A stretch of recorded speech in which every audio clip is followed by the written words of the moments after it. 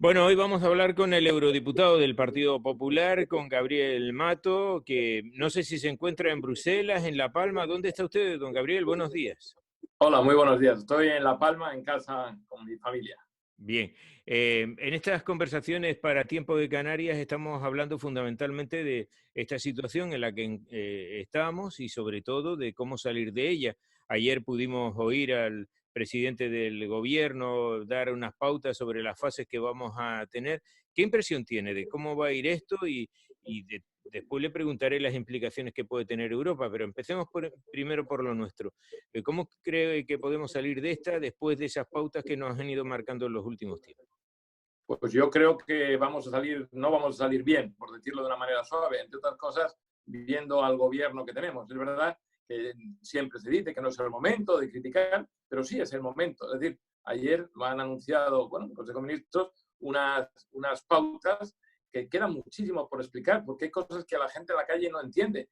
Y desde luego desde Canarias creo que tampoco podemos entender. Yo en la isla de La Palma estoy seguro que nadie entiende que nuestras pautas de desconfinamiento sean las mismas que tiene Madrid o Barcelona, ¿no? No se puede entender. Es verdad que no es fácil hacer unas medidas para cada uno, pero desde luego pues, es un gobierno que no lo está aclarando, que solo acierta cuando rectifica y que además estamos hartos de escuchar mentiras una tras otra. Con lo cual, la verdad es que tenemos que ir día a día esperando a ver qué sucede. En todo caso, yo lo que espero es que podamos ir volviendo a la normalidad. No esa nueva normalidad, que es una palabra que les gusta mucho utilizar, pero no hay nueva normalidad. La normalidad o es una nueva situación. No tratemos de desfigurar lo que es, ¿no? Y en esta situación, desde luego, es tremendamente grave para los afectados, para las familias y también para el resto de ciudadanos que estamos confinados, pero sobre todo, yo desde luego lo digo claramente, que no podemos confiar en este gobierno con lo que está haciendo, entre otras cosas, si comparamos con el resto de gobiernos de la Unión Europea. Ya, pero por ejemplo ahí, en el resto de los gobiernos de la Unión Europea, tampoco ha habido una unidad de criterio a la hora de luchar contra esta pandemia. No en todos los países se ha actuado igual. ¿No cree usted que ahí también se tenía que haber notado la Unión Europea? Sin duda alguna. Yo creo que la Unión Europea pudo actuar antes y además pudo reaccionar mejor. Lo tengo claro. Es verdad que en materia de salud pública la Unión Europea no tiene competencias, son los Estados miembros. Pero si analizamos los Estados miembros y vemos cómo ha actuado cada uno, vemos los resultados. Nosotros estamos a la cabeza de muertes, a la cabeza de contagios y a la cola de test. Por ejemplo, a pesar de ese juego trilero, ¿no?, de este gobierno, incluso han tratado de engañar a la propia OCDE. Y hay otros países con mucha más población que han actuado mejor, han actuado antes, no se han dejado engañar, luego han surtido a la población de medios de defensa, sin duda alguna a sus sanitarios, también estamos a la cola o al revés, liderando los números de contagiados de ese propio sector, con lo cual sí podemos decir que hemos actuado tarde y mal a diferencia de otros países, sin duda Pero, alguna. pero, por ejemplo, con el músculo que tiene esta Unión Europea, que todo lo esencial para luchar contra esta enfermedad haya tenido que ir a buscarse a China. Es decir, aquí no había mascarilla, aquí no había materiales de protección personal, aquí no ha habido ni siquiera medicamentos. Fíjate, todo lo hemos tenido que importar de China con el músculo que puede tener la Unión Europea. ¿No podían haber pensado en algo en lo que pudiéramos nosotros fabricar y no tener que depender de tan lejos? Bueno, eso es una reflexión que tenemos que hacer, ¿no? Cada uno, cada Estado miembro, además, no la Unión Europea en su conjunto, pero si queremos también en su conjunto en situaciones como esta, en relación con nuestras propias industrias, ¿no? Y nuestro propio músculo, como dices, desde el punto de vista de la capacidad que tenemos para afrontar desde el punto de vista de material y de preparación esta situación, no ya desde el punto de vista sanitario, que reitero, la Unión Europea como tal, pues no tiene competencias, tiene las competencias, digamos, de coordinar, ¿no? Y de, por ejemplo, pues el cierre de las fronteras exteriores, que se ha hecho quizá más tarde de lo que se debía, o incluso establecer esos carriles preferentes para poder llevar los medicamentos y las mascarillas y todo ese material, con además un sistema. En la Unión Europea todo es complicado y entonces, incluso en materia de comercio, pues es verdad que había unas trabas, ¿no?, arancelarias y fronterizas, por decirlo de alguna manera, que evidentemente la Unión Europea lo que ha hecho ha sido eliminarlas y facilitar al máximo ese tránsito de ese tipo de mercancía por toda la Unión Europea. Pero reitero, yo creo que la Unión Europea no ha actuado mal, ha actuado quizá tarde, y se habla de la Unión Europea en su conjunto. Cuando hablamos de la Unión Europea siempre hablamos de solidaridad, ¿no? Y la Unión Europea no ha sido insolidaria. Han sido, en principio, algunos países, porque tenemos que distinguir cómo ha actuado el Parlamento, que creo que lo ha hecho bien, la Comisión y el propio Consejo. Y el Consejo, los Estados miembros, han mirado mucho hacia adentro, únicamente en origen. Ahora no. Yo creo que ahora la Unión Europea ha logrado, y desde luego desde el Consejo del día 23 de abril se pudo ver, ha logrado una unidad que yo creo que es digna de destacar y además una serie de medidas muy buenas para todos los Estados miembros. En ese sentido, creo que al final hemos sido eficaces y la Unión Europea ha respondido. Teniendo en cuenta que, por ejemplo, en la estructura de esta Unión Europea el Parlamento no es un poder legislativo dentro de lo que es, solamente en algunas ocasiones, pero muy contadas, ¿qué han hecho ustedes en el Parlamento Europeo durante estos 45 días que llevamos de confinamiento? Pues nosotros lo que hemos hecho ha sido establecer una serie de medidas en todos los ámbitos, a medidas generales y además sectorialmente, porque en el legislativo, la propuesta legislativa procede de la Comisión, pero quien tiene la capacidad de decisión es el Consejo y el Parlamento, no nos equivoquemos.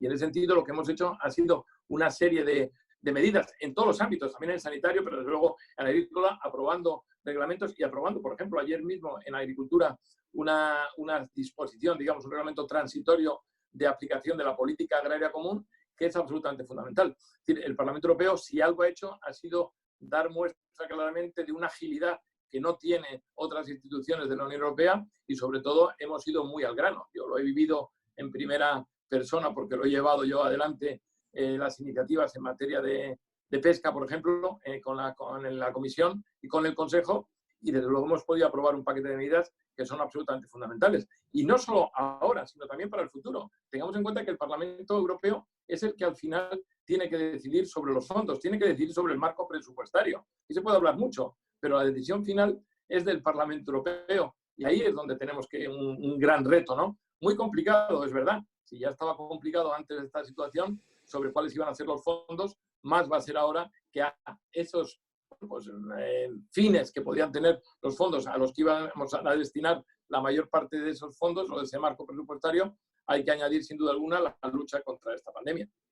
Fíjese, cada vez que hemos mirado para Europa, Gabriel, hemos buscado fundamentalmente de qué manera económica nos pueden ayudar. No hemos pensado en ninguna otra cosa, solamente hemos pensado en el asunto de las perras, porque, bueno, lo que podrían venir ahí en eso que se ha llamado los coronabonos, en lo que podía venir de fondos para reactivar una economía que ha estado parada y que va a costar mucho trabajo volverla a empezar, y sobre todo y fundamentalmente en saber, por ejemplo, si iba a haber otras normas presupuestarias, ¿no? Porque estábamos muy constreñidos con la regla de gasto, con que Europa era la que no nos dejaba gastar por encima de nuestras posibilidades, se han generado una serie de superávit, ahora esos superávit parece que no están disponibles, sino que lo que te pueden dejar es que te endeudes más. ¿Cómo vamos a arreglar el asunto económico? ¿Por dónde deberíamos empezar? Vamos a ver, hay que distinguir distintas cosas. Primero, si hablamos del superávit hay que hablar con el presidente del Gobierno de España, que niega a las comunidades autónomas, en concreto a Canarias, un dinero que es de la comunidad canaria. Nos venden que nos dan dinero cuando realmente lo que nos están es hurtar la posibilidad de destinar un dinero que es nuestro a los fines, en este caso, sanitarios. No tiene nada que ver con la situación en Europa.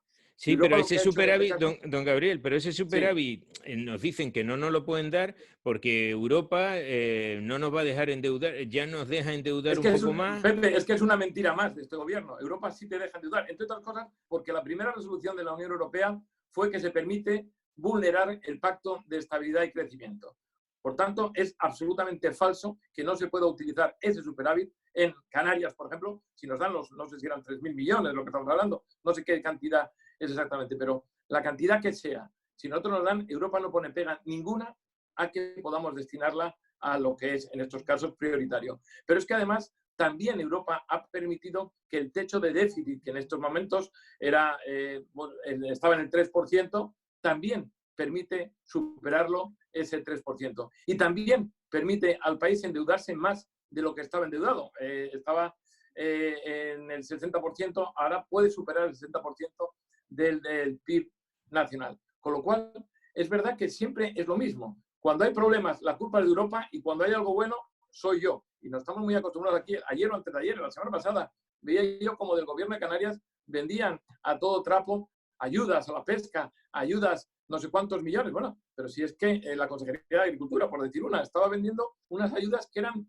del 2017 y dinero íntegramente de Europa. Es decir, el gobierno de Canarias, en muchos aspectos, en relación con Europa, se ha convertido en una mera gestoría. Yo preguntaría, ¿qué dinero hay en los presupuestos generales de la Comunidad de Canarias para el sector agrario? Nos quedaríamos locos si vemos lo que aporta Canarias, ¿no? Por eso digo que es muy fácil echar la culpa a Europa, pero es absolutamente incierto. Hoy en día, el superávit puede perfectamente darse a las comunidades autónomas sin ningún tipo de pegas para Europa. Y si hubiera una pega, que lo digan públicamente, ya se encargará Europa de desmentirlo. Bien, ya tenemos entonces un problema solventado como es el tema del superávit. Pero ahora vayamos con el tema lo hemos solventado porque no nos lo dan. Bien, pero digo, con su respuesta, ¿no? Que podríamos reclamarla en función de esto. Una, el tema del superávit. ¿Es cierto que se ha aumentado la capacidad de gasto y que por lo tanto ese techo de gasto es algo superior en un 7%? Le oí esta mañana a la ministra, y como consecuencia los presupuestos que se van a tener que reelaborar en todas las instituciones, en todas las corporaciones, ¿podrían contener esta nueva normativa? Sin duda, sí, habrá que rehacerlo, pero como hay que hacer el marco financiero, en el debate, por ejemplo, en Europa sobre el nuevo marco financiero, que es fundamental para nosotros, para España, pero también para Canarias en concreto, se estaba planteando cuál iba a ser la aportación que tendrían que hacer los Estados miembros. Estamos hablando de algunos querían un 1% del PIB nacional, nosotros en el Parlamento decíamos que tenía que ser mínimo un 1,3% y ahora parece que se va a subir. ¿Pero qué sucede? Que va a subir esa aportación en relación con el PIB, un PIB que sin duda alguna, debido a estas condiciones, va a bajar, con lo cual la cantidad todavía va a ser menor de la esperada y ahí tendremos un problema. Pero vamos a ver, lo que desde la Unión Europea se están haciendo dos cosas distintas. Una es una inyección tremenda de dinero, que son 2,2 billones de euros. También va a una parte, 3.000 y pico para África y para el resto, algunos otros países terceros, pero fundamentalmente va para Europa. Y luego hay, es verdad, un sistema que ahora es el que no está definido sobre cómo nos va a venir dinero, si será vía transferencias o vía préstamos, ¿no? Evidentemente nosotros tenemos que defender que sea vía transferencia porque el crédito al final, aunque ahora sea a intereses muy bajos, hay que devolverlo. Y estos intereses de ahora no sabemos cuándo serán dentro de unos años. Y sin embargo, si es vía transferencias, no. Pero también es cierto que hay países en la Unión Europea que miran a España y dicen, oiga, esto está muy bien, pero cuando había una época de crecimiento, ustedes siguieron endeudándose mucho más de lo que debían. Casi 20.000 millones más de lo que debían. Entonces, lo que no tiene sentido es que en épocas buenas ustedes, en vez de rebajar ese déficit, lo que siguen es aumentándolo y ahora vengan a Papá Europa a decirle que nosotros, el resto de países, vamos a ustedes contribuir a su despilfarro, ¿no? Entonces, hay veces que hay que ser muy sensato con lo que se hace y con lo que se habla. Entonces, bueno, pues tenemos dificultades. Dicho esto, yo estoy convencido que la Unión Europea en modo alguno va a castigar a España y de hecho ya la presidenta de la Comisión pues anunció 20.000 millones de euros para España, para ayudar fundamentalmente a superar esta situación y especialmente dirigido al empleo y a las pequeñas y medianas empresas que tienen un gravísimo problema. Podemos hablar de macrocifras, de unos y otros, pero la realidad es el de la ferretería que la tiene no sé cuánto, hace 40 días cerrada, o el de la perfumería o el de la peluquería, que si ingresaba a fin de mes 1.000 euros, por decir una cifra, y ahora no ha ingresado nada, frente a ese nada tiene que seguir pagando su hipoteca, el colegio, los libros, el internet y lo que sea, ¿no? Yo creo que ese es un tema muy grave que no se está afrontando como se debía afrontar. Bien, vayamos entonces ahora al caso particular de Canarias, don Gabriel. ¿Qué podemos esperar en Canarias, por ejemplo, como región ultraperiférica? ¿Qué es lo que se puede o no se ha hecho todavía en relación a esta situación? Porque el turismo no se reactiva apretando un botón. Habrá que ver cómo van a volar las compañías aéreas, habrá que ver qué partes de un hotel se pueden abrir y qué no. Es decir, ¿qué podemos esperar de Europa en una región como esta? Que sabe usted que vivimos del turismo y que además hemos sido objetivo 1 hasta que se acabó aquello, ¿no? Sin duda, lo que no se reactiva, y eso estará de acuerdo conmigo, es diciendo que no va a haber turismo y que va a estar cerrado todo hasta el mes de diciembre, como ha dicho la ministra, ¿no? Es increíble que un ministro del Gobierno de España pueda invitar a los países de Europa a que no vengan a España, que no vengan a Canarias, porque dice que no van a venir hasta finales de año, lo cual además no tiene sentido ninguno, ni además, lógicamente, soporte ni siquiera científico de ningún tipo. Dicho esto, es verdad que tenemos un problema grave, y lo que se va a hacer en Canarias, desde la Unión Europea, lo que estamos haciendo, lo que hemos hecho, ha sido ya tener una reunión y pedirle a la comisaria de Cohesión y Reformas, Elisa Ferreira, el que haya un fondo de apoyo excepcional para las regiones ultraperiféricas, y además que hagan un estudio específico del impacto que tiene la COVID-19 en las regiones ultraperiféricas por nuestras circunstancias excepcionales. Pero es verdad que tenemos una situación especialmente grave en relación con el transporte aéreo y con el turismo, por tanto, ¿no? Tengamos en cuenta que este es uno de los sectores más afectados y que más impacto tienen en el turismo. Fíjate, hay una caída casi del 80% en la Unión Europea. Hablamos de una pérdida de 69.000 millones de euros, ¿no? Y muchos millones de personas empleadas en el sector del transporte aéreo. Y tiene un problema, porque las líneas aéreas hoy se encuentran con que la normativa europea les exige que cuando se cancela un vuelo, en el plazo de 7 días, tienen que devolver el importe de la cancelación. Con lo cual, evidentemente, se quedan absolutamente sin liquidez. Es imposible que lo hagan. ¿Qué hemos hecho desde Europa? Primero, pedir que no tengan, que se derogue, por decirlo de alguna manera, ¿no?, esa norma, y que evidentemente las propias líneas no tengan la obligación de hacerlo en 7 días. Que tengan la posibilidad de hacerlo en más largo plazo para devolver, y también el que puedan cambiarlo por bonos que puedan utilizarse con posterioridad, con lo cual evitas el caos y la quiebra de esa compañía, que no tiene absolutamente posibilidad alguna, por falta de liquidez, de devolver esa cantidad de billetes. Entonces, lo que hay que hacer es medidas urgentes para salvar este sector, ¿no? Poner, ya digo, mayor plazo para devolver, que puede ser hasta octubre, hasta noviembre, y luego también algunas ayudas. Pero es verdad que las ayudas conjuntas hay que tener también mucho cuidado, porque en este sector, en el sector turismo fundamentalmente, tengamos en cuenta que hay que evitar la competencia desleal. Si tú tienes que realmente salvaguardar muy bien qué tipo de ayudas das y cómo, porque lógicamente si permites unas ayudas a un determinado estado, puede aprovecharse de esa permisividad en relación con sus ayudas para tratar de ganar un turismo que en otras condiciones podría ir a otro estado miembro, o podría venir a Canarias. Es un tema que es muy complejo, y yo por eso siempre he dicho que las ayudas tienen que ser medidas conjuntas para evitar competencia desleal. Es decir, yo creo que tiene que hacerse la Unión Europea cargo de este problema, que es de los más fundamentales. Y lo que tienen que hacer los Estados miembros es no meter la pata como hemos hecho. Ya, y luego tenemos, por ejemplo, que a mí me da más miedo lo que digan fuera que lo que digan en casa también, Gabriel. Es decir, usted acaba de decir que le da miedo lo que ha dicho la ministra de que no van a venir el turismo, que no se va a recuperar, pero a mí también me da mucho miedo que Alemania y el Reino Unido hayan dicho que los suyos no van a poder viajar a Canarias, que no van a poder tener vacaciones. Bueno, yo también, a mí no me gusta, no es que me dé miedo. El problema es que si yo fuera un gobierno alemán y la propia ministra de Trabajo de España dice que hasta diciembre nada, ¿cómo voy a permitir y con qué condiciones? Y en un Estado miembro en España en el que está en el ranking verdadero, por el 17 o 18, no hacen los test, no realmente se está haciendo el seguimiento como se debe hacer, no se avisó cuando había peligro, no se han tomado las medidas. ¿Con qué criterio yo puedo decir, presidente de cualquiera de estos países, decir que mi gente vaya libremente a España? Porque es que ni siquiera el gobierno de España distingue a Canarias. Lo ha hecho en La Gomera, El Hierro y La Graciosa, pero en el resto de islas, por ejemplo, repito, en islas que no tienen casi ningún contagiado, los ha puesto en la misma texto que Madrid o Barcelona. Bueno, pues si tú lo ves desde fuera, desde Alemania o desde Holanda, dirás, oiga, pero si ni siquiera el gobierno de España cree que es viable y seguro ir a Canarias, ¿cómo voy a decir yo a mis ciudadanos que vayan a Canarias libremente? Es que es absurdo. Es que estamos haciendo una política absolutamente nefasta y que va en contra de los intereses de España. Yo no lo entiendo, de verdad. Ya, pero bueno, y no es un tema político, no es un tema. Yo creo que es un tema de verdad. No sé otros cómo lo harían.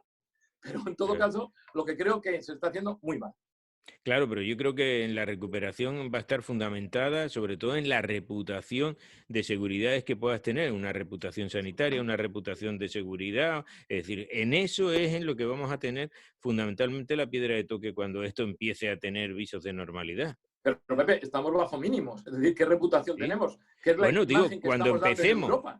pero digo que cuando empecemos, lo fundamental va a ser decir, esta es nuestra reputación, es decir, esta es una región donde han habido unos casos mínimos en relación con lo que pueda haber por ahí, ¿no? Sin embargo, estamos Sin duda alguna, padeciendo Pepe, vamos a exactamente... ver. El refranero que es inteligente, ¿no? Hechos son amores y no buenas razones. Y como Sí, tenemos que convencer a la Unión Europea es de qué estamos haciendo. Pero es que cada día les estamos convenciendo que estamos sin norte, que un día decidimos una cosa y al día siguiente decidimos otra. Que un día decimos que salgan los niños pero que vayan a los supermercados solo y al banco. Una aberración que no sé a quién se lo pudo ocurrir. Al día siguiente decimos que no. Mire, en las ayudas, por ejemplo, a la pesca, conseguimos que hubiera ayudas a la pesca desde el mes de febrero hasta el mes de diciembre. Pues el gobierno de España dice que no, que de marzo a mayo. Pero si la Unión Europea les ha dicho que de febrero a diciembre, ¿por qué lo acorta usted? Al día siguiente, lógicamente, rectifican y dicen que efectivamente que se pueden utilizar más.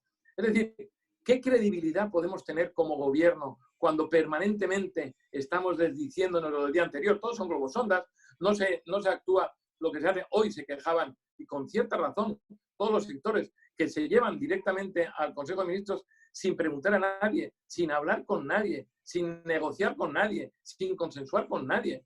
Y no basta con solo decir, es que esto no es leal, tenemos que ir todos juntos. Claro que tenemos que ir juntos, pero lo que no nos pueden hacer es claro. comulgar con ruedas de molino.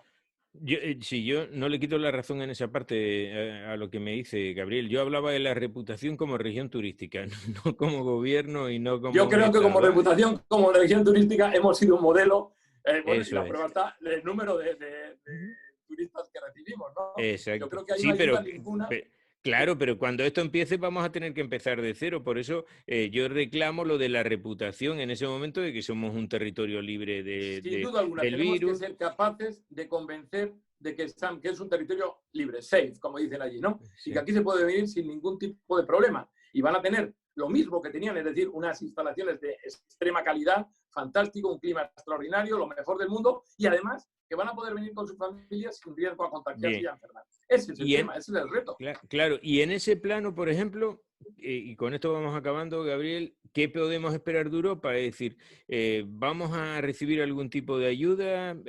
Porque aquí hay mucha gente que se va a quedar en la necesidad. Yo no sé, bien es cierto que hay otros territorios en la Unión Europea que tiene estos mismos paradigmas y que por lo tanto también reclamarán algo, pero somos región ultraperiférica que eso no lo tienen muchos, ¿no?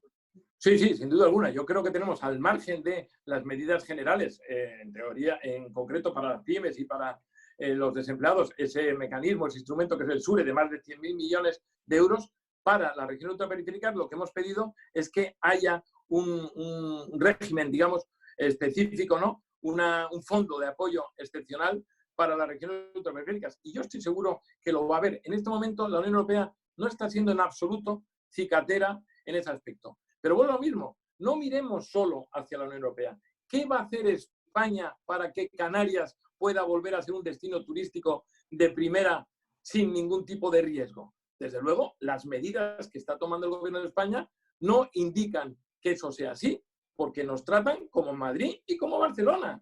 Y desde luego, un alemán o un inglés no va a recomendar ir mañana o el mes que viene a Barcelona o a Madrid. Y si yo estoy en el mismo saco que Barcelona y Madrid, evidentemente no recomendarán que venga a Canarias. Ujú.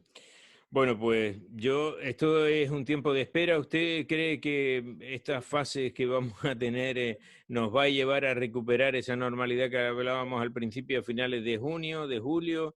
Por ejemplo, los órganos de la Unión Europea, ¿cuándo empezarán a estar en pleno funcionamiento con reuniones que no sean estas a través de lo telemático? Bueno, no será fácil. Yo creo que volver a tener reuniones. Yo ayer me lo preguntaba alguien y digo, yo creo que al Parlamento Europeo no vamos a volver, y voy a arriesgarme mucho, hasta el final de año. Y digo, ¿por qué? Porque es muy difícil para nadie, aunque el edificio sea seguro, tenga mascarillas, van a tomar la temperatura, incluso van a hacer los test al entrar, te van a perder el carnet ese de que está todo bien, eso está todo muy bien.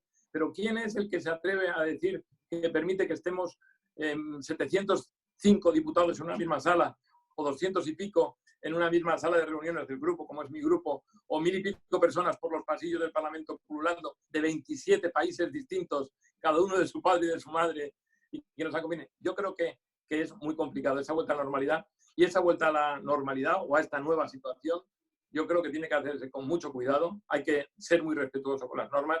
Yo ahí sí que lo digo, oye, si tenemos que estar encerrados, hay que estar encerrados, y si hay que salir espaciados, tenemos que salir espaciados y hay que cumplir a rajatabla las normas, aunque vengan de quien vienen, ¿no? Pero en ese sentido creo que es fundamental el que esta fase, ¿no?, de desconfinamiento sea sensata y no caigamos o tengamos un problema que es peor, ¿no?, si recaemos en los errores que hemos tenido. Por tanto, hay que tener cuidado, hay que intentar hacerlo bien, intentar salir de esta. Te digo, no desde el punto de vista sanitario, que estamos saliendo, sino también desde ese segundo problema, que yo creo que es todavía más importante, que es la recuperación económica y social. Claro, y en esa recuperación económica van a ser muchos ciudadanos que van a caer, que se van a quedar sin recursos. No sé, ¿usted qué opinión tiene de la renta mínima urgente que el gobierno prepara por un lado y si hay algo similar en la Unión Europea? Vamos a ver, yo creo que yo cómo voy a decir a alguien que no tiene, no ya para llegar a fin de mes, sino para llegar a mediados de mes, el que no le den una cantidad. Claro, lo que pasa es que lo que tenemos que prever es no solo dar una cantidad para que puedan escapar un mes o 2 meses, lo que tenemos es primero que haber previsto y haber asumido, porque es muy distinto que tú asumas una situación de crisis preparado o sin preparar. Y desgraciadamente no estábamos preparados porque hemos despilfarrado las ganancias que teníamos. Por lo cual, hemos afrontado una situación con mucho más paro del que debíamos y con más déficit del que debíamos. Y en ese sentido, lo que hay que intentar es que haya la posibilidad de que, ¿cuál es la mejor ayuda social que puede haber? El trabajo. Si la gente prefiere tener un puesto de trabajo a que le des 400 euros a fin de mes. Por tanto, lo que hay que hacer es intentar que quien genera realmente trabajo, que son las pequeñas y medianas empresas, puedan volver a la normalidad, puedan volver a generar ingresos, puedan volver a contratar. No son los enemigos, los empresarios no son los enemigos, como parte de este gobierno trata de decir continuamente, ¿no? Precisamente son quienes generan el empleo y quienes generan la riqueza de España. Y hay que seguir apoyándolo. Cualquier ayuda que se dé, bienvenida sea. ¿Cómo voy a decir yo que alguien que no gana nada este mes no pueda aceptar que le den 400, 500, no sé cuál será la renta que le den? Claro que sí, hombre, pero esa no es la solución. ¿Y de Europa puede venir algo similar? Sí, sí, de Europa está claro. De Europa hay un plan que está previsto, ya digo, especialmente, aparte del SURE con los 100.000 millones, para el fomento del empleo para las pequeñas y medianas empresas, porque de Europa se tiene muy claro que quien genera la riqueza y el empleo son las pequeñas y medianas empresas. Claro, aquí hay muchos autónomos que en este momento no saben qué hacer, que se enfrentan a pagos que con ingresos cero es casi imposible de poderlos hacer y que no saben qué es lo que va a hacer. Ayer hablaba estos días también con el presidente de la Asociación de Trabajadores Autónomos, con Juan Carlos Arricivita, y decía eso, que hay que de 39.000 autónomos que han solicitado el cese de actividades, solo se lo han concedido o se lo han concedido a 27.000, que hay otros tantos que están en un limbo en el que no saben qué hacer. Pero está claro, y además los ERTE, por ejemplo, que se han anunciado bombo y platillo, ¿cuántos ERTE? Pero primero, los ERTE han hecho mucho menos de los que se habían anunciado. Y segundo, es que siguen sin pagarles la cantidad que tenían que pagarles, el 70 o 75% que tenían que pagarles. Por eso creo que hay que hacer las cosas bien. Y de la Unión Europea, ya por ejemplo, yo creo que fue el día 6 de abril, ya anunció una aportación de, me parece que eran 8.000 millones de euros de ayuda directa a las pymes, ¿no?, a las pequeñas y medianas empresas a través del Banco Europeo de Inversiones. Pero no solo eso, porque lo decíamos al principio, Pepe, aquí hay algo más. Y yo creo que eso es medida nacional. No siempre miremos a Europa cuando no somos capaces de hacer nuestros deberes. Aquí se trata no solo de que un autónomo, una pequeña o mediana empresa, o más bien pequeña, se le aplace el pago. Tú, si sigues sin ganar dinero, usted, bueno, me parece que mañana no lo tenga que pagar, pero lo voy a tener que pagar dentro de un mes o 2 meses o 3 meses. Entonces tiene que tener algún tipo de beneficio fiscal que les permita volver a salir adelante. Porque las deudas, si siguen manteniéndose, van a tener que pagarlas en todo caso. Y no van a tener ingresos suficientes, porque no digamos, bueno, he dejado de ganar dinero 2 meses, pero el mes siguiente voy a duplicarlo. No es así, ni va a ser así durante mucho tiempo. Irá escalonadamente y poco a poco. Con lo cual, no va a poder recuperarse económicamente para hacer frente a las deudas que no ha podido pagar durante esta época. Es una situación difícil y no pueden basarse solo en anuncios, en demagogia y en publicidad. Creo sinceramente que hay que centrarse en ayudar a las pequeñas y medianas empresas que son nuestro futuro, sin lugar a dudas. Bien, pues nada, esperamos que haya mejores noticias en los próximos tiempos. Gabriel, muchas gracias por habernos atendido a Tiempo de Canarias y sobre todo seguiremos hablando de todas esas medidas que nos pueden ayudar a mejorar una economía que en este momento está en -1, ¿no? Desde luego, muchísimas gracias y esperemos que así sea. Un Gracias, un abrazo. abrazo fuerte.